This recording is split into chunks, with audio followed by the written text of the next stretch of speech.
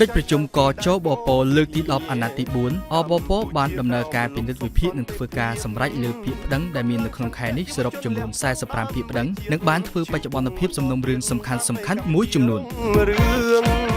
នៅអង្គភាពប្រឆាំងអំពើពុករលួយហៅកាត់ថាអបពរសៀលថ្ងៃទី28ខែឧសភាឆ្នាំ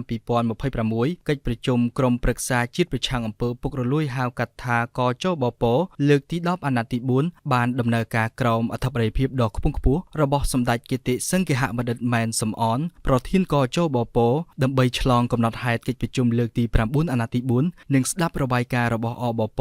ដោយគតិនីតិកុសលបណ្ឌិតទេសរដ្ឋមន្ត្រីអមយុនទៀងប្រធានអបពក្រៅពីការងារប្រកាសទ្រព្យសម្បត្តិនិងបំណុលការងារបង្ការនិងស្ទប់ស្កាត់អំពើពុករលួយនិងការងារអន្តរជាតិអង្គប្រជុំបានស្ដាប់របាយការណ៍របស់គតិនីតិកុសលបណ្ឌិតទេសរដ្ឋមន្ត្រីប្រធានអបពពាក់ព័ន្ធនឹងការងារពាក្យប្តឹងដោយនៅក្នុងខែឧសភាអបពបានដំណើរការពិនិត្យវិភាគនិងធ្វើការសម្រេចលើពាក្យប្តឹងចំនួន45ពាក្យប្តឹងអបពបានកសាងសំណុំរឿងជូនទៅអัยការអមសាលាដំបងខេត្តកណ្ដាលករណីស៊ីសំណូកដោយសមាជិកនៃគណៈវិជ្ជាជីវៈខាងវិទ្យាសាស្ត្រគ្រូពេទ្យមួយរូបនិងអនុប្រធានមន្ទីរពេទ្យបង្អែកស្រុកដើម្បីធ្វើលិខិតបញ្ជាក់មិនពិតសម្បត្តិពេទ្យបញ្ជាក់ថាឈឺដោយមិនពិតប្រហែល30ទៅ40នាក់ក្នុងមួយខែ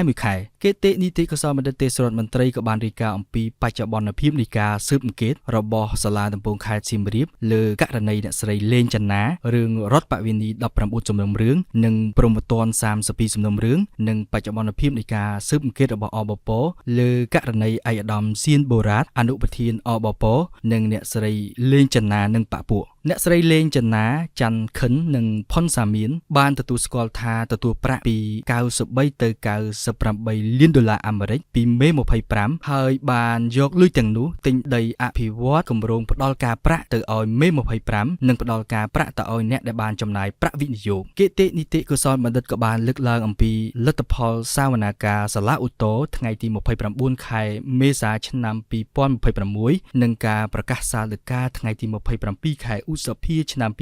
2026ករណីកនសុកាយដួងតារាលីសាមេតឡាយសម្រងពីបទប៉ុនប៉ងសុកប៉ាន់និងករណីឈ្មោះតាន់សុវណ្ណជន់ត្រូវចោទពីបទប៉ុនប៉ងសុកប៉ាន់និងបរិហាគេមកលើមន្ត្រីនិងស្ថាប័នអបពនិងលោកសែមបូរ៉ាអគ្គនាយក TNM TV Online និងករណីអ្នកស្រីភីគឹមសុងភរិយាជន់ត្រូវចោទយ៉ាតកុសលបរិហាមូលបង្កាច់លើអបពក្រោយពីបានស្ដាប់ដោយយកចិត្តទុកដាក់នៅរបាយការណ៍របស់គតិនីតិកុសលបណ្ឌិតទេសរដ្ឋមន្ត្រីប្រធានអបពក៏ចបពបានពិភាក្សាលើកសំណួរនិងផ្ដល់អនុសាសន៍ល្អៗចំពោះការរាយការណ៍ព្រមទាំងផ្ដល់ការគាំទ្រដល់អង្គភាពលើកិច្ចការផ្សេងៗទៀតដែលអង្គភាពកំពុងចាប់អារម្មណ៍និងកំពុងអនុវត្តនៅពេលនេះនិងនៅពេលខាងមុខសន្តិភាពឲ្យយើងអភិវឌ្ឍសេ